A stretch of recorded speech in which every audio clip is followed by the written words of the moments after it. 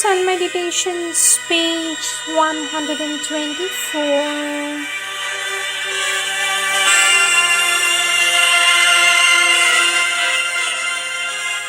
Karaikal, April 13, 1914.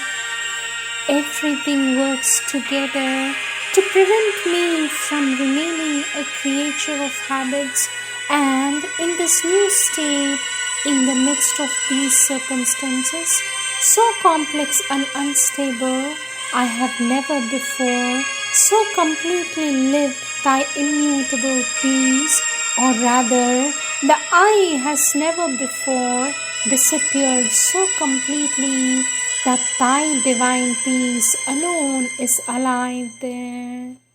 All is beauty, harmonious and calm, all is full of thee.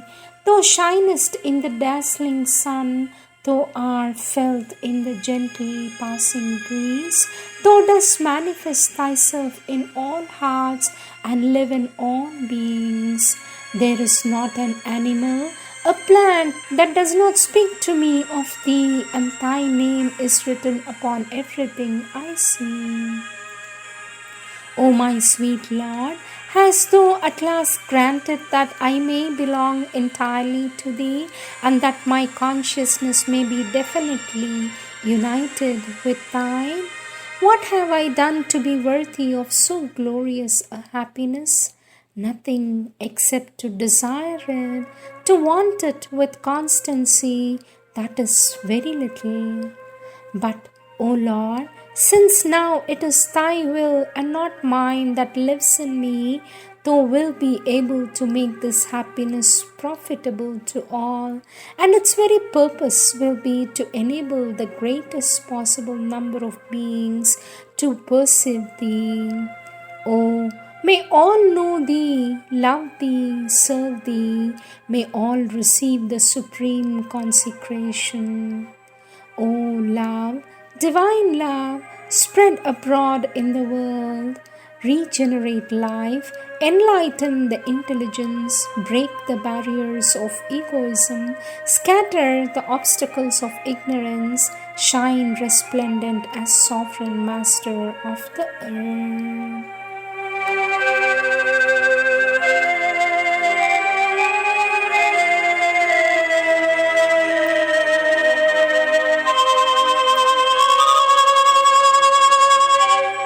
Pondicherry, April 17th, 1914.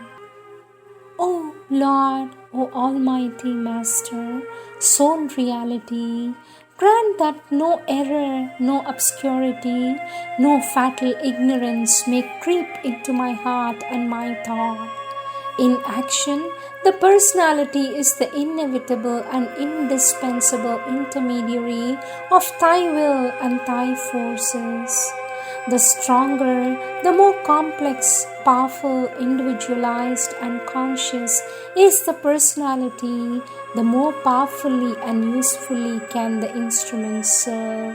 But by reason of the very character of personality, it easily tends to be drawn into the fatal illusion of its separate existence and become little by little a screen between thee and that on which thou willest to act. Not at the beginning in the manifestation, but in the transmission of the return. That is to say, instead of being as a faithful servant, an intermediary who brings back to thee exactly what is thy due, the forces sent forth in reply to thy action. There is a tendency in the personality to want to keep for itself a part of the forces with this idea: it is I who have done this or that, I who am thanked. Pernicious illusion, obscure falsehood, now are you discovered and unmasked? That is the maleficent canker, corroding the fruit of the action, falsifying all its results. O Lord, my sweet Master, Sole Reality, dispel this feeling of the I, I have now understood that so long as there will be a manifested universe, the I will remain necessary for Kai manifestation. To dissolve or even to diminish or weaken the I is to deprive thee of the means of manifestation in whole or part. But what must be radically and definitely suppressed? But what must be radically and definitely suppressed is the illusory thought, the illusory feeling, the illusory sensation of the separate I. At no moment, in no circumstances, must we forget that our I has no reality outside thee. O my sweet Master, my divine Lord, tear out from my heart this illusion, so that thy servant may become pure and faithful, and faithfully and integrally bring back to thee all that is thy due. In silence, let me contemplate and understand this supreme ignorance and dispel it forever. Chase the shadow from my heart and let thy light reign in it, its uncontested sovereign. Sein du silence et de l'ombre, brûle la lampe qui ne s'éteint point, le feu de l'ardente aspiration,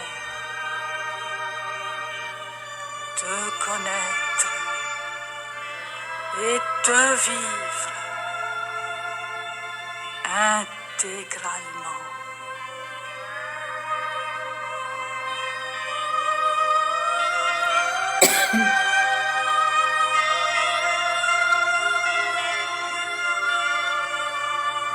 In the heart of the shadow, in the bosom of the silence, burns the lamp that can never be extinguished, the fire of an ardent aspiration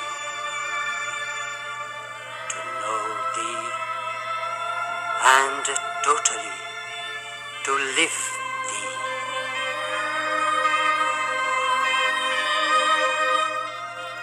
April 18, 1914. Yesterday morning, the last veil was almost rent. The last strong hold of the blind and ignorant personality seemed to be on the point of yielding. For the first time, I thought I had understood what true impersonal service was, and the obstacle separating me from the integral realization seemed very fragile to me and on the point of disappearing definitely. But the necessity of my outer duties tore me away from this beneficent and happy contemplation, and when I was obliged to return to the outer circumstances, the veil closed again and now seems to be darker than ever. Why this fall into the inconscience of night after so great a light? O Lord, Lord, wilt thou not then let me escape at last from ignorance and become one with thee? Now that I have known and seen so well what the work upon earth must be, could I not realize it? Am I then reverted to ignorance and illusion? Why this night after so great and pure a light? All my being is tense in a call of anguish. O Lord, take pity on me.